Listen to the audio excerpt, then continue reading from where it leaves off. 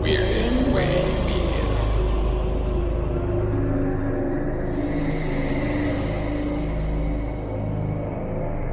Hello, Twisted Humans. Do you find yourself wanting to know more about the latest murder, conspiracy, cult, or haunting? Then this is the podcast for you. I'm Alecia. And I'm Sierra, and this is Twisted and Uncorked. Hello and welcome to episode 130. And this episode in particular is extra special because it comes out on Halloween. So happy Halloween, Twisted Human. Happy Halloween. We are here in our Flapper Girl gear from our 30th birthday. If you are watching / following us on social media, which you should be doing both anyway. Now, before we get started, I have a haunted episode for you. But I can't give you a little sneak peek without spoiling any of it.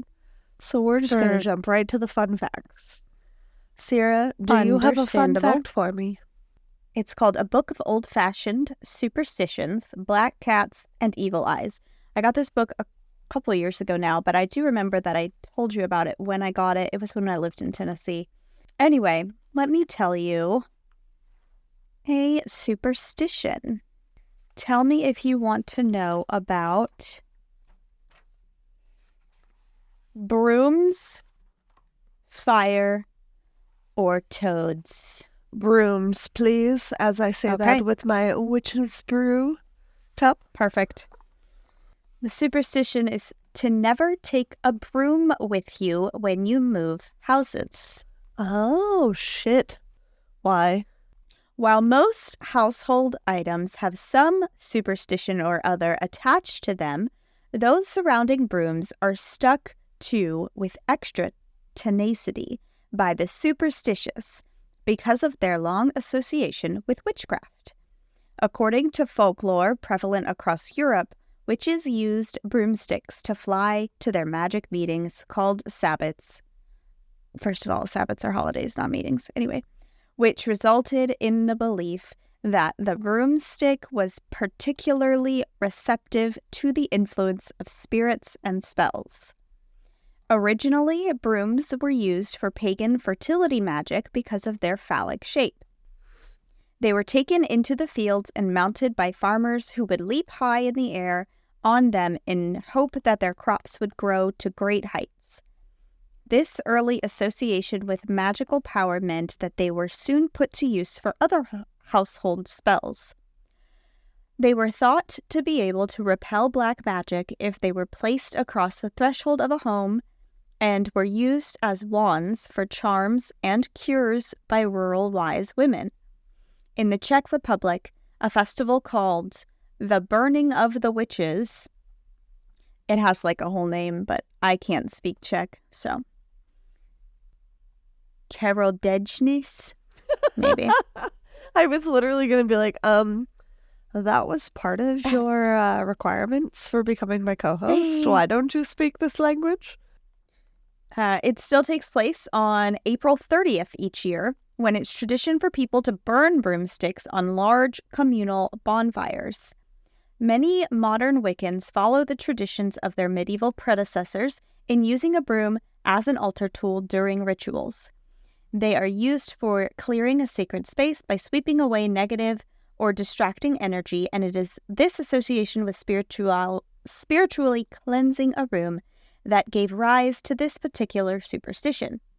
A new broom was said to bring good luck to a new home, while using an old broom in a new house risked bringing evil spirits from the old dwelling into the new one.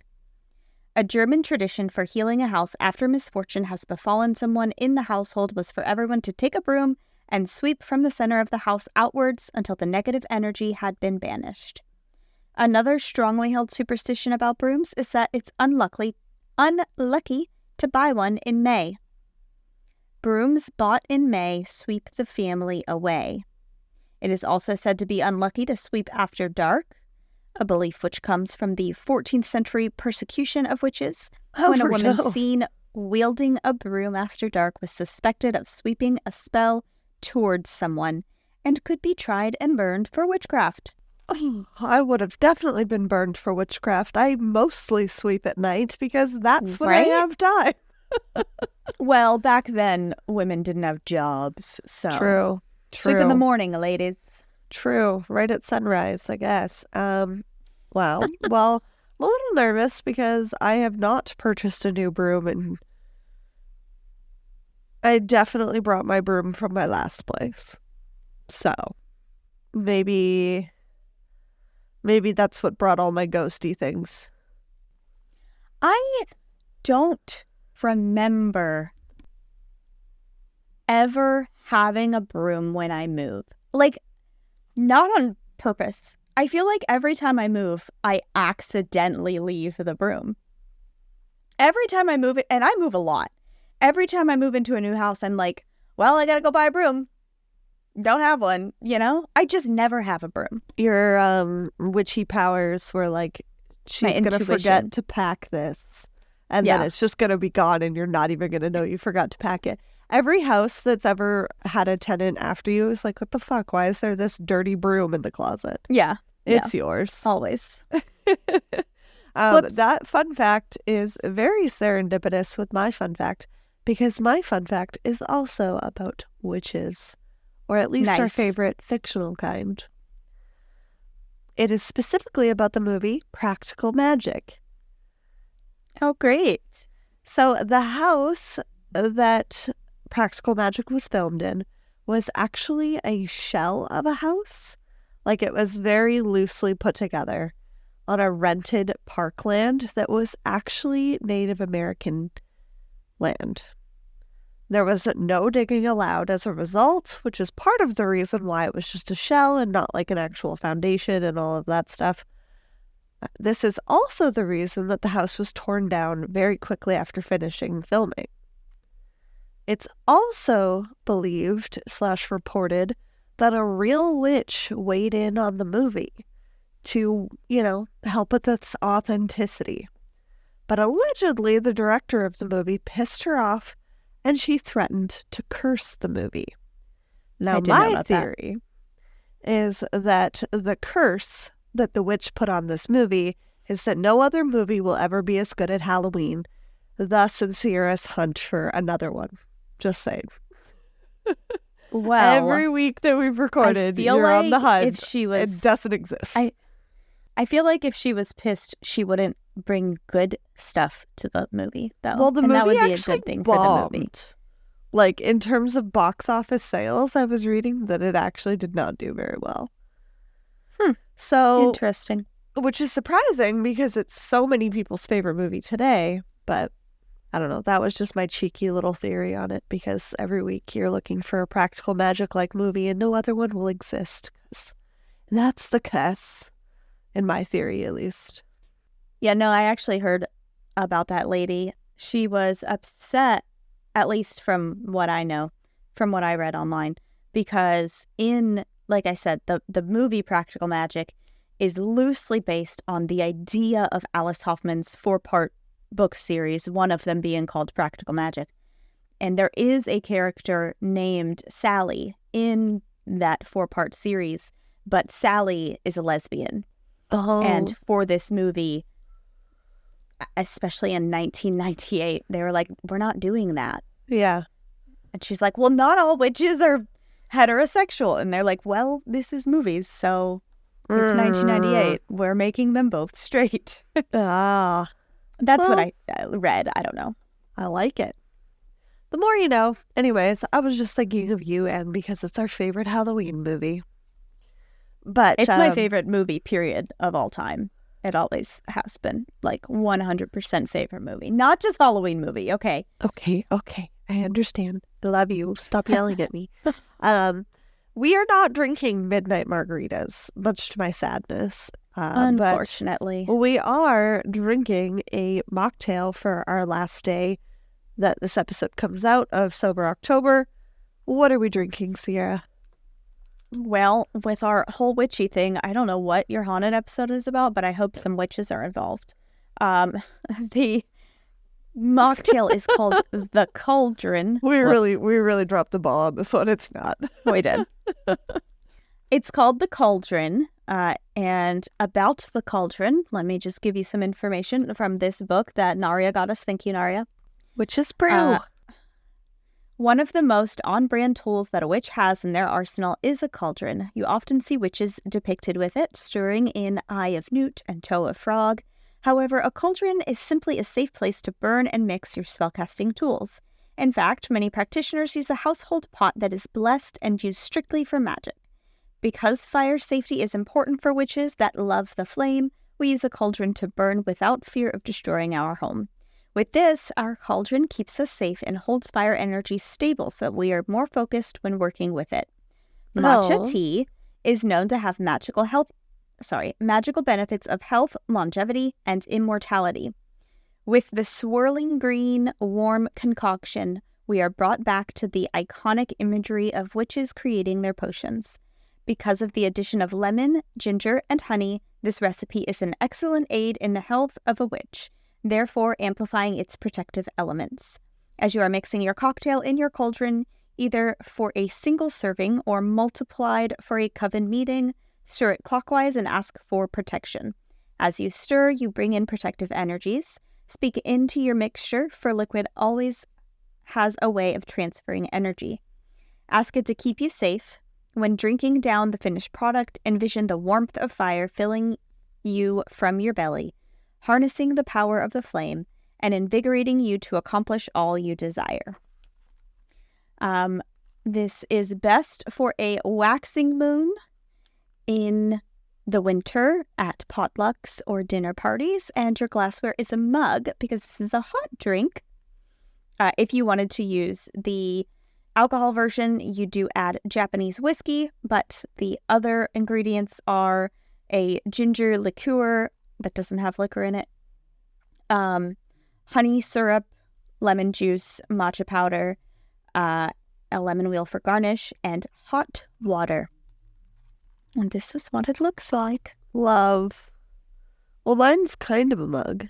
It counts. Yeah, good enough. And, yeah. So, witches, get your cauldrons and enjoy something that will keep you nice and immunized this Halloween season. And before we get into this week's haunted episode, we are going to take a quick break to hear a promo from Sugar Coated Murder. We will be right back. Welcome back. So today I am telling you about a super spooky place that served as a tuberculosis hospital, a state prison, and a mental hospital. It stretches 300 acres with 34 buildings. I also heard in one source 26 buildings, but it's possible that some may have been torn down due to their age, still standing on the property, filled with unmarked graves. Today, we are talking about the Cresson Sanitorium in Pennsylvania. Crescent? Yeah. Oh, okay. You know the name. I know you know the name. Does it have other names? Cresson Sanatorium, it does have other names, so we will get to it. Okay, I'm probably thinking of it as its other name. It is Because all of the things you said, I was like, wait, that name doesn't sound right. It is a long Tudor-style building with prison blocks. And ghost stories seem to cover the complex history and allude to a variety of spirits within these walls. Paranormal experiences also include a series of underground tunnels. Buckle up, twisted humans. We're going to get spooky. In 1910, Andrew Carnegie was a wealthy steelmason. He donated 500 acres of land to Dr. Samuel G. Dixon to build a tuberculosis hospital. Treatments were few and far in between, and as we know, tuberculosis killed thousands of people. The most common treatments at the time consisted of fresh air and sunshine, so this place was very secluded, deep in the woods, and had plenty of that, but it also saw its fair share of death. The building was completed in 1913 and started offering long-term care for patients that were nearing end of life. The hospital expanded and construction continued until 1916. The property even gained the nickname the Sand by staff and patients. Anything sounding familiar so far? I don't know why I sound like Draco Malfoy right now, but I felt the need to ask you. Just the name of it does not. Everything else does, but I am thinking of Cresson, a different... like Cresson. I just, when you said Pennsylvania, many other ones leapt into my mind. True. Pennsylvania is a fucked up place, guys. It's spooky. It is spooky. The property operated as a tuberculosis hospital for over 4 decades, with medicine starting to advance and antibiotics coming into the mix. Tuberculosis wasn't as much of a threat as it was before. Given the advanced treatments and the need for alternative medical care as treatments progressed, the tuberculosis hospital integrated with Lawrence Flick State Hospital in 1956 and expanded yet again. Just remember, this place is fucking huge. Between 1913 and 1956, there were over 40,000 recorded deaths due to tuberculosis. There were thousands, more likely, that were not documented, and whoever wasn't incinerated was buried on the grounds in unmarked graves. Many families didn't even want to collect the bodies of their deceased loved ones for fear of catching the disease. You know, that it wasn't as well known back then. I get it. I get the fear, especially when something just swept the nation. Yeah. The tunnels that I mentioned earlier were built to allow the hospital staff to move deceased patients out of the sanatorium into the morgue, giving them the nickname of the death tunnels. It was a way to be more efficient and kind of contained the disease, keeping it underground. The tunnels essentially covered every building on the property and connected them. A chapel was built on the property in 1914. It was a place of worship for patients and inmates during its time in operation. Now, a very dark energy looms there and moves along the campus, hovering near the chapel. People have reported seeing an entity with claws perched on the ceiling inside of the chapel. Doors slam inside of here, and many people feel like their energy is being completely drained. So that's fun. In 1964, the Department of Public Welfare that owned the hospital and kept up its operations changed the name from Cresson Sanitorium to Allegheny State School and Hospital. There we go. At the time, the hospital also expanded its care to include patients with intellectual disabilities. In 1970, the building was renamed yet again to the Cresson Center. And while I was writing these notes, I was wondering if they were trying to confuse the spirits by changing the names over and over again. Operation would still remain for the next 12 years, until December 1982, when the hospital officially closed. It was left abandoned for a short time until being purchased in 1983 by the Department of Corrections, and it was converted into a prison. In 1987, the prison opened as a state correctional institution in Cresson, a medium security prison. As a prison, it was known for its harsh blah, blah, blah, blah, for its harsh conditions and poor treatment of the inmates. Surprise, surprise, much like many other prisons of its time. But many prisons were subject to solitary confinement and forced labors at the time as well, which does not make for happy spirits. The complex was expanded with new cell blocks and a tall razor wire fence, costing about $20 million. Jeez, In 1987, that's a lot of fucking money. It operated as a prison for the next 25 years before closing in early 2013 due to the age of the building and the cost that it took to maintain it. What do they do when they close a prison? Like, Right? Like, where do the people go?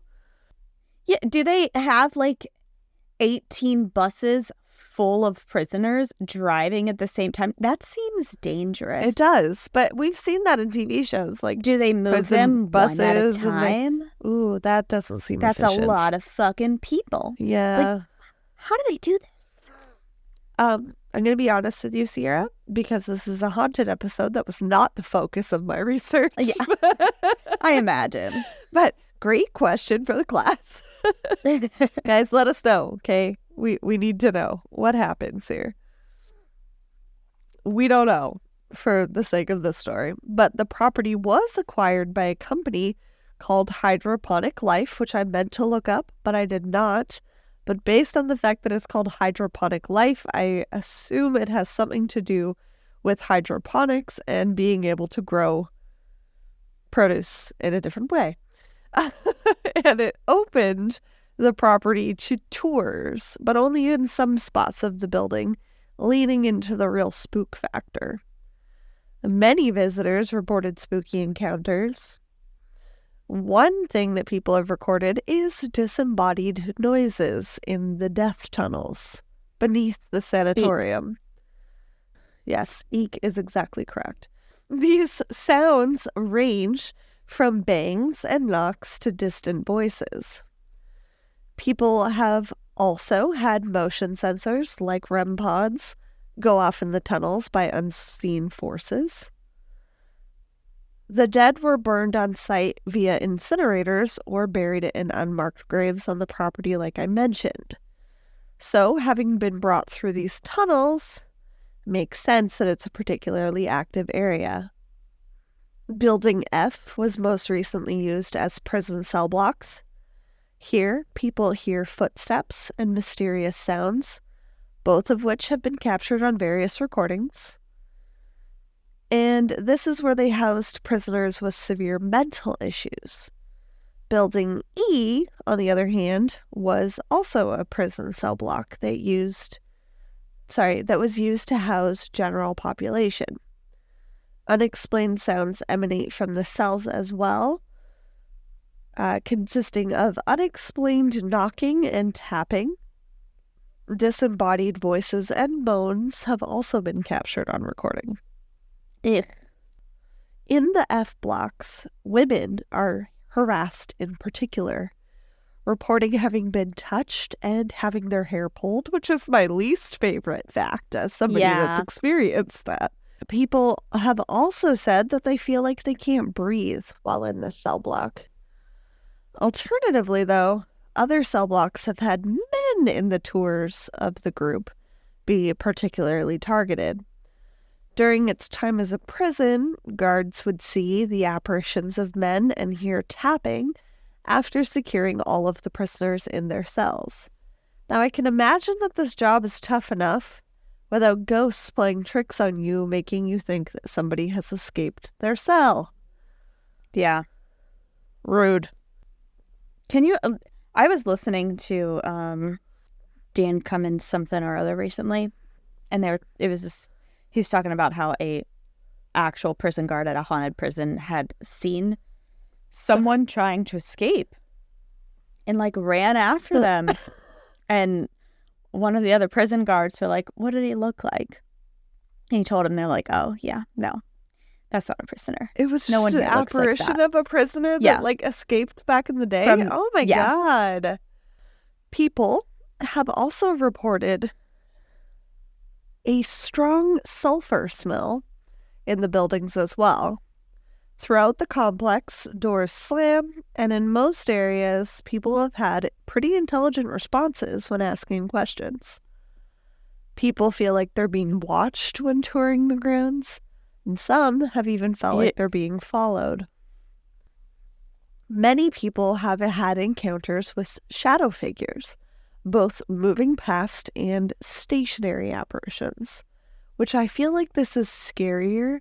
An apparition that's just fucking staring at you. Like, I would prefer you just zipped on by and continued on with your merry business. Like, what are you waiting for me to do? Am I supposed to spontaneously combust right now? Like, why are your eyeballs on me? Are you gonna like jump out and scare me? Like, what's happening here? Curse? Are you cursing me with your eyes? I don't like it. Yeah. No part of it is okay with me.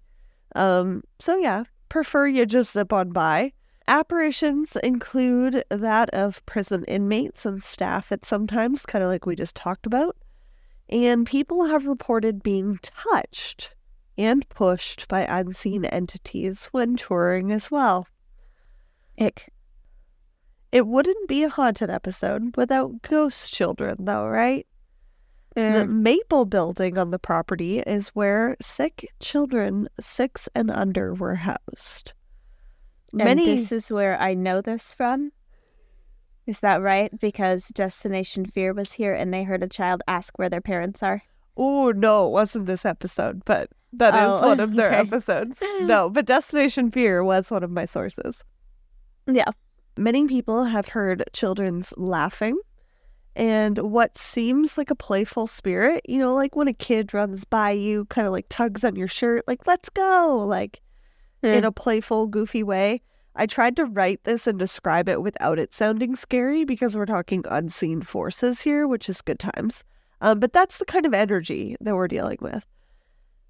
One of the 2 morgues on the property is also in the basement of this building. So that, you know, children, ghosts, and morgue equals good time. There is another spirit in this building known as the creeper or the stalker, because it will dart out at you and chase you down the halls. I swear there's a creeper in all of the buildings. It's there is one top dog ghost in every haunted building, and he is the creeper. He or she or they. The fucking creeper. Weirdly enough, though, unless this is the same spirit, which we can debate on, the creeper is like the second top dog here. There's a more top dog-ier spirit that we're going to talk about. Name of this week's episode, Top Dog-ier Spirit. I wrote in my notes, sounds fun. Angry EVPs have also been heard in here, and this is almost a perfect representation of what visitors and owners have said over time, where they feel like there's a light and a dark energy in the building competing.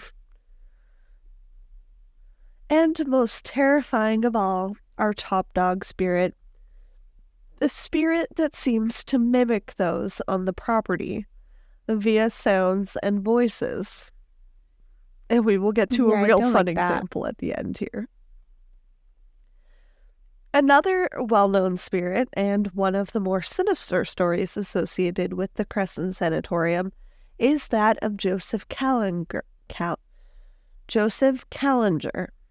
He was a serial killer that began his violent crime spree in the early 1970s when he murdered his eldest son, Joseph Jr., and another local boy who is believed to have been his friend. You have to be real fucked up to kill your kid. Like, come on.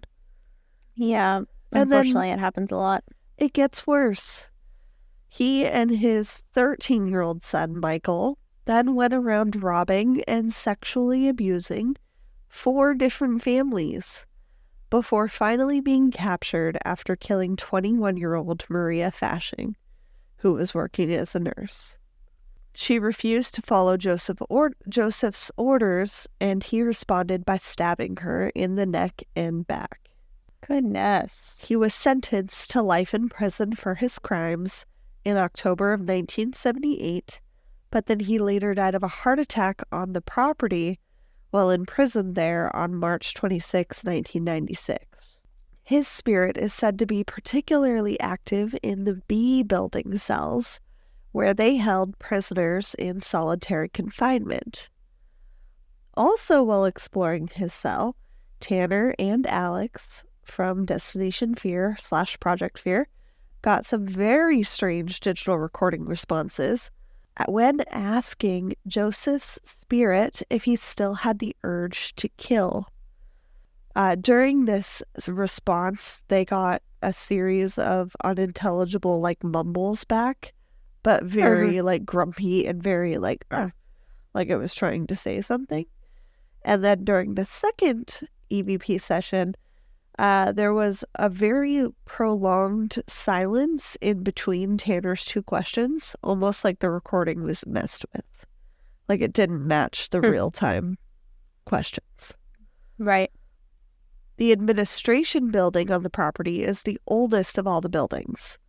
Guards that secure the property at night have seen full-bodied apparitions in the second-story windows, even when the building is completely empty. Before it was an administrative building for the prison, it did, of course, house tuberculosis patients and saw its fair share of death.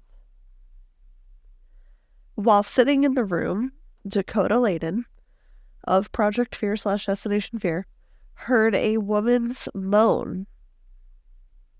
The whole group also got an EVP that said, "Welcome to," and then it was unintelligible while in there. While in general, on the property, there have been many EVPs captured by paranormal investigators, and intelligent responses have been captured through spirit boxes and ovuluses.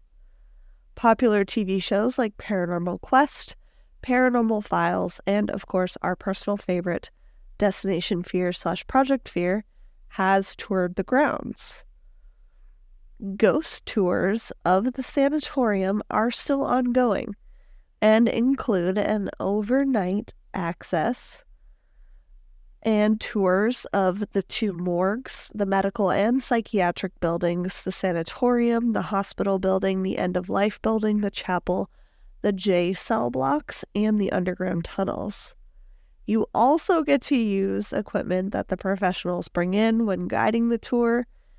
I personally don't know if I would be brave enough to go there overnight, especially after seeing the Destination Fear episodes. But this tour is still ongoing, and it's $140 per person. So That's actually a lot cheaper than other ones that I've seen. right, of this caliber, where you get to be Right. there. Most overnight tours are minimum $600. And keep in mind, this is a huge property. They gotta give you a few hours to explore, at least on your own. But yeah, tour at your own risk. And the Destination Fear episodes that I referenced as a point of research / this next part is season 4, episode 1 and episode 2. They had to do 2 episodes here because it's so fucking big and spooky. And you're going to get to the mimicking? You've been waiting very patiently. I have. Now, I mentioned earlier that we were going to get to the end on the example of the mimicking spirit in the sanatorium. Well, the Destination Fear gang were there, and Alex in particular was picked on. He said during a session that if anyone was there, for them to knock 3 times. He then demonstrated with a specific knock pattern, but got nothing back. He then set up a music box that plays creepy ass music, in my notes, if you go near it, or if spirits go near it, that is. Well, he demonstrated that too, and nothing happened. Until they were all together in the underground death tunnels, that is. While in the tunnels, they heard a music box chime down ahead of them in the dark. But Alex had put the music box back in the gear room prior to them going in the tunnels. almost like the spirit was copying the sound that it had heard earlier. Right. Disgusting. After this, the group moves back upstairs because Tanner's camera is dying. His camera actually acts up the entire episode. And while they were walking up the stairs, they heard 3 knocks behind them. It was the same 3-knock pattern that Alex had demonstrated when looking for a response earlier in the night. While talking about this, if this was the same noise that he had repeated, they got the word count on the ovulus. And for those that don't know what an ovulus is, it's like a spirit box dictionary. Pops up the word. It's a thing that we want but can't find, so send them our way. If Okay, you guys thanks. can get your hands on an ovulus, message us immediately. Probably ask no questions, purchase it, and we'll send you money if it's within reason, because they're hard to come by. Yeah, the only ones that you can find are on eBay for like $80 billion. Sorry, unless 80 billion of you join our Patreon account at the $1 level, we are shit out of luck on that one. When they were back in the tunnels, they found a chair further down the hallway, and Dakota was wondering if it was the same chair that Chelsea had sat in earlier. It was not. While they were talking about this, though, the ovulus said chair. Chelsea and Dakota heard the same mimic noise on the music box in one of the prison cells as well the next day. And this is just their experiences. So, yeah, that is my spooky Halloween haunted location for you all. If you are a person who has had a personal experience here, please let us know. Because other than generalized articles about these things happening and the paranormal shows, I only referenced Destination Fear, but I did watch the 3-hour special on Paranormal Quest on YouTube. It is free. It is really good, but it's a lot of, if you've ever been paranormal investigating, you know that there's a lot of waiting time and a lot of times with no responses as well. So you do kind of have to filter through that. But they had some really spooky bangs and knocks, and definitely they were in the heart of something. But yeah, I hope you liked this story. And if you did enjoy the story and our show, don't forget to leave a 5-star rating and review on Apple Podcasts. It's the best way to spread the word and get our show out to other people. You can also recommend them to people in your life and yell at people on the streets, as we've, mentioned in the past. But we are so, so thankful for all of you. And speaking of being thankful and having something positive, Sierra, do you have something to close us out with today? I do have something happy that is in my life, but I just wanted to say I just looked up where Cresson was in Pennsylvania, because Pennsylvania is huge and it has a bunch of main cities around it. It's kind of like dead fucking center, which also makes it not really near anything. Oh, for like us to be able to go with? Well, I mean, just like people in general, like it's not near Pittsburgh. It's not near Philadelphia. Like it's not really near anything, sadly. But if you're ever passing through, I would definitely stop by. Anyway. It's huge. Yeah. And it's like rotting. So who knows how long it's going to be here for.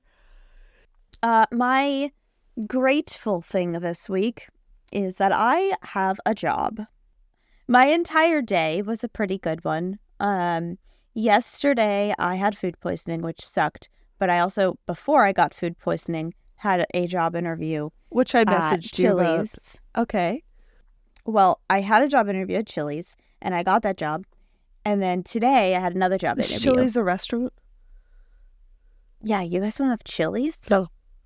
That's weird. It's kind of just like Applebee's. I like how we've been friends for this long and you're still like, you don't have that? Is it good?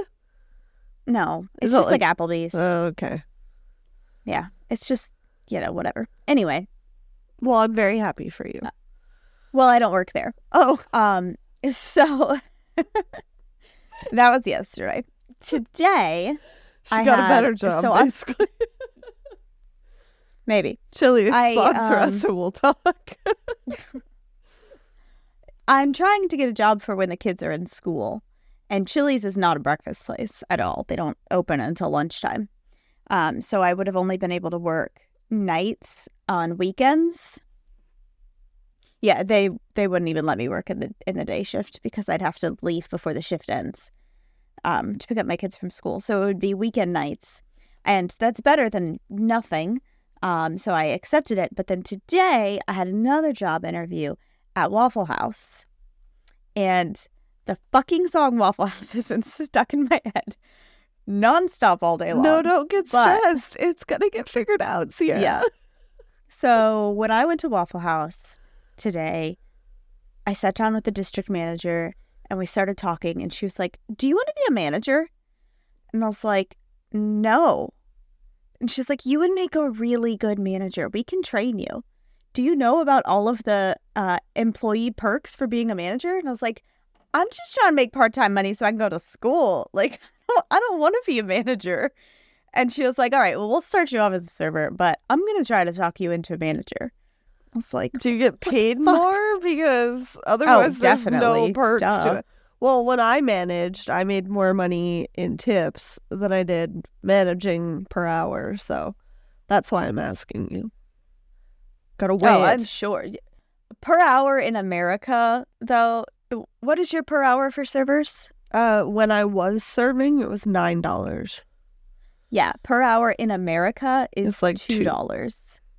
Yeah, you know. Fair. All good But, conversations yeah, so happen that there. song is so stuck in my head. It's never going to get out because now I work there. I start on Friday. I also went shopping today because I don't really have clothes that fit me anymore. And I bought a bunch of new fall outfits that I'm super excited about. And I'm getting my nails done after work on Friday. And it's just, I feel like a whole new person. Very Okay. grateful. Shit. Well, my so thankful for / happy thing is for books. I've really enjoyed reading this year. I tribute the podcast and Sierra for getting me back into it and kind of reigniting my love for it. Even when I don't have time, I still find time to read 10 pages even. And immersing myself in a story for that little period of time is my happy place, and I really appreciate it. It's What are you reading right getting now? cold. I'm reading One True Loves. Yay! I It's literally sat in the bathtub yesterday until it was cold. I'm halfway through Jesse and Emma, the part 1 part. So Yeah. I see what you mean about Gilmore Girls-iness, and I'm excited to read it. And I'm thankful that you brought me, books in your suitcase to let me read. When I come see you next, I will bring them all back and exchange for some new ones from the Library of Sierra. Yep. Yep, I have Starting with the Second Sheets book, because I saw you bought that. And I did, thought and I was read so it, and it was cute. great. What's I cried. Oh, okay. So it's It's just so good. It's cute, like the first one. Guys, if you don't know what we're talking about, I forget the author's name, but it's a comic book, Brenna Thumlin. Thumler. Sorry. comic book style story. It's a graphic novel. Yeah, it's a graphic novel. It's so cute. I love it. It was beautiful. The first one I read when I was with Sierra in Cincinnati. It was my nighttime read. But she got the second one, so I'll have to read that when I'm with her next, which TBD. So yeah, that is what I am thankful for. It's a little thing, but I was reading about perspective and just your view on things and getting excited about little things, sparking joy in your life. So I'm excited about books. And I guess Good. Sierra and all of you guys. So thank you again for listening. If you're craving some more Twisted content, we have Patreon tiers starting at just $1 and over 200 bonus episodes from the years of recording that we've been doing. So enjoy all of that. Yep. And if you just want us to toast in your honor, you can also buy us a drink on our Buy Me a Coffee page. We are recording this early October-ish. But it's released at the end of October, so Sober October will be done. We can cheers to you. And happy Halloween, Twisted Humans. Go and listen to Sierra's Halloween episode 38 on the history of Halloween. And in the meantime, keep it twisted. Twisted and Uncorked is a proud member of Weirding Way Media. Hosted and produced by Sierra Zorn and Alecia Watson. If you like the show, don't forget to leave a 5-star rating and review wherever you are listening now. It really is the best way to spread the word. You can check out all things Twisted on our website, twistedanduncorked.com, and we will see you next Tuesday for a brand new episode.